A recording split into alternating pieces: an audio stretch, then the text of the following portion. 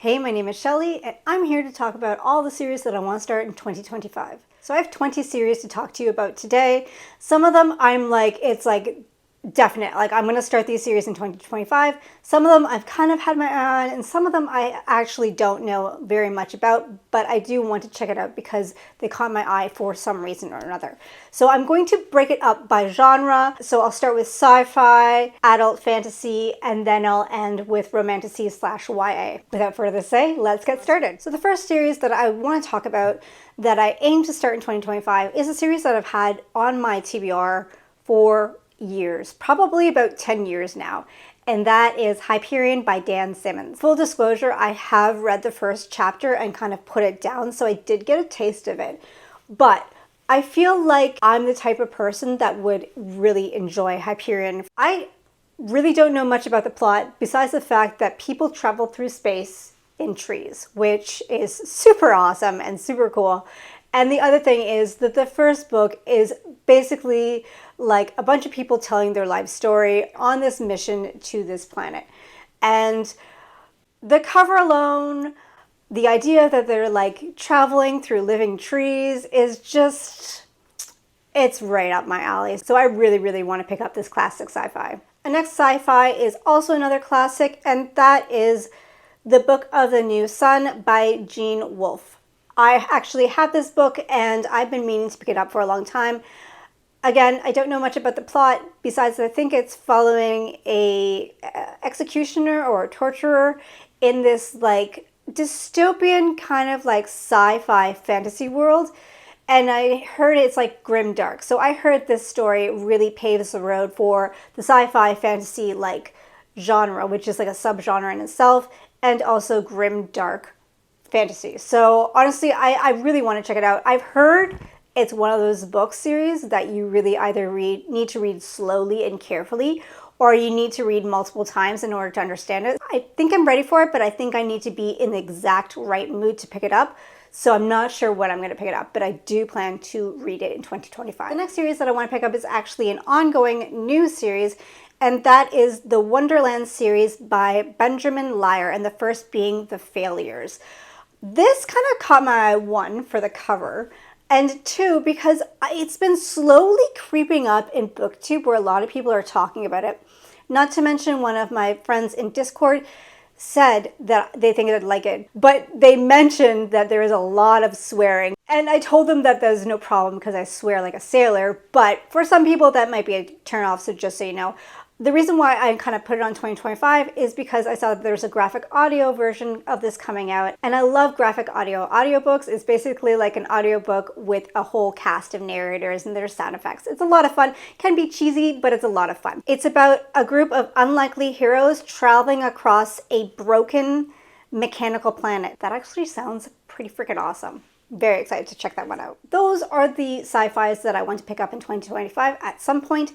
The next portion of this video, we're going to be talking about adult fantasy. There is no rhyme or reason of order for these next books, so it's just I'm going to talk about them as they pop up on my Goodreads list. So here we go. The first one being The Traitor's Blade by Sebastian de Castell. Again, this has been on my list for the longest time, and I'm not joking when I'm saying the longest time. I really want to pick up this book because honestly, I'm trying to prioritize Canadian authors right now, and Sebastian de Castell is a Canadian author. I was actually surprised about that.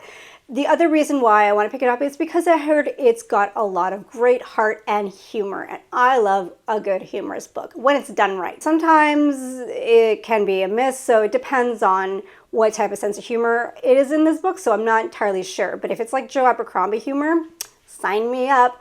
So this is kind of like a Musketeers-inspired fantasy where you're following these disgraced traitors' blades, which are like the guards of the kingdom or the guards of the king and queen, and their journey, and that's all I pretty much know. So it's very much like Musketeers, found family, a lot of humor. The next book series that I want to pick up is also by another Canadian author, and that is Evan Winter's The Burning series, the first being The Rage of Dragons. This book, when it came out, it was just like, it was super popular.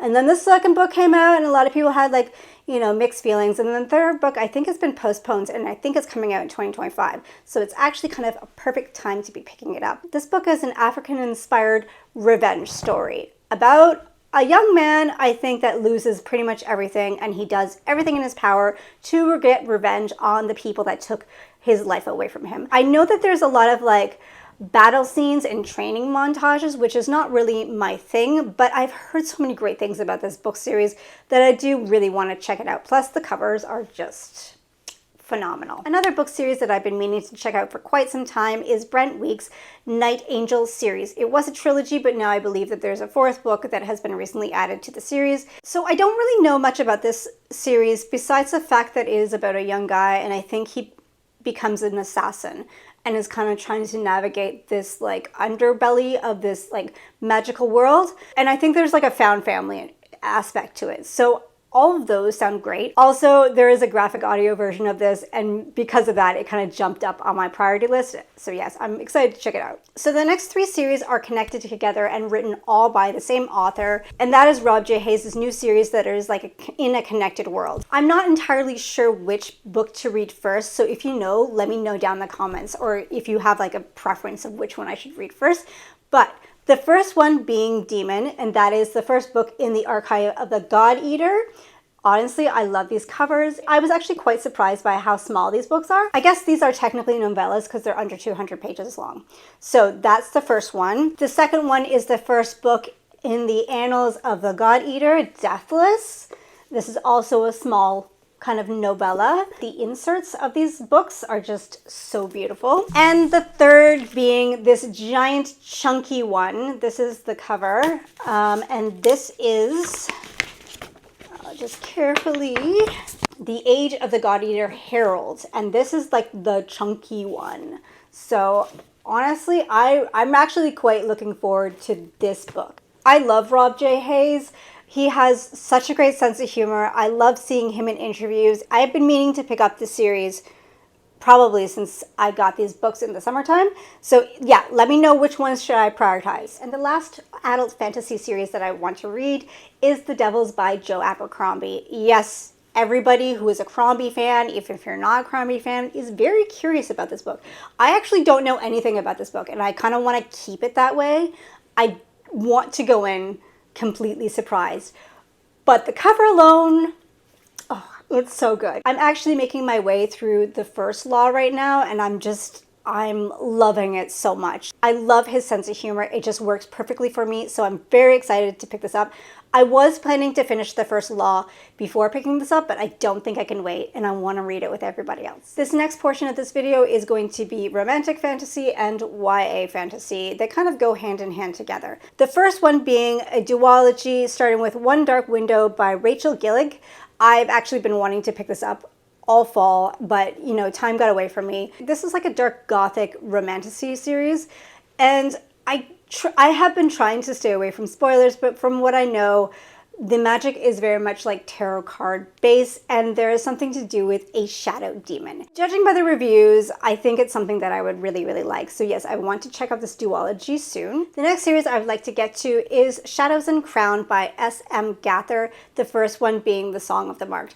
This originally was brought to my attention because it was very much compared to Throne of Glass. And although I don't love Throne of Glass anymore, it does give me that like nostalgic feeling. And from what I know, I believe this is about either a mercenary or an assassin that is just trying to do a job in order to get money to help her mentor.